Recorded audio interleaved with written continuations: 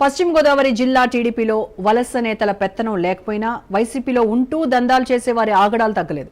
YCP హయాంలోనే కాకుండా కూటమి పాలనలోనూ కొందరు అక్రమార్కులు తమ అక్రమ వ్యాపారాన్ని నిరాటంకంగా కొనసాగిస్తున్నారు.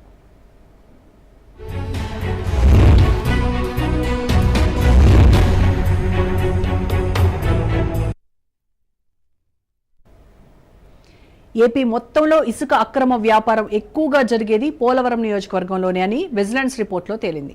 గత వైసీపీ హయాంలో అంత పెద్ద స్థాయిలో ఇసుక దందా నడిచింది. అక్రమ ఇసుక తరలింపు వెనక మాజీ ఎమ్మెల్యే బాలరాజు హస్తం ఉందని అప్పట్లో టీడీపీ నేతలు ఆరోపించారు.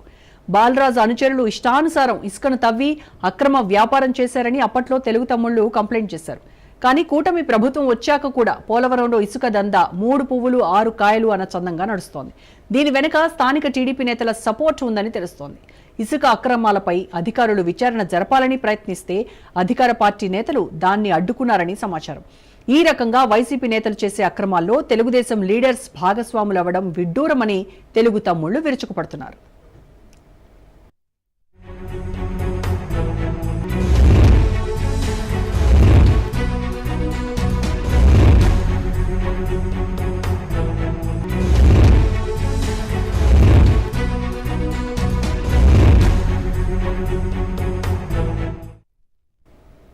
నిడదవోలు నియోజకవర్గంలో పరిస్థితి వింతగా ఉంది. వైసీపీ నుంచి టీడీపీలోకి జంప్ కొట్టకుండా ఇక్కడ మాత్రం 12 మంది కౌన్సిలర్లు జనసేన కండువా కప్పుకున్నారు.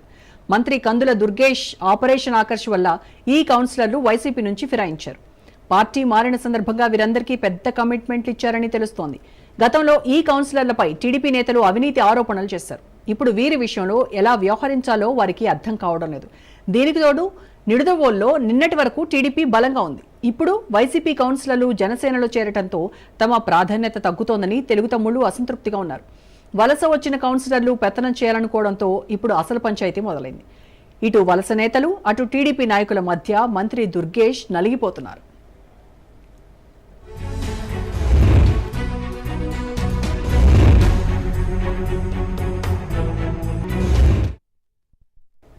ఇప్పుడు ఒక షార్ట్ బ్రేక్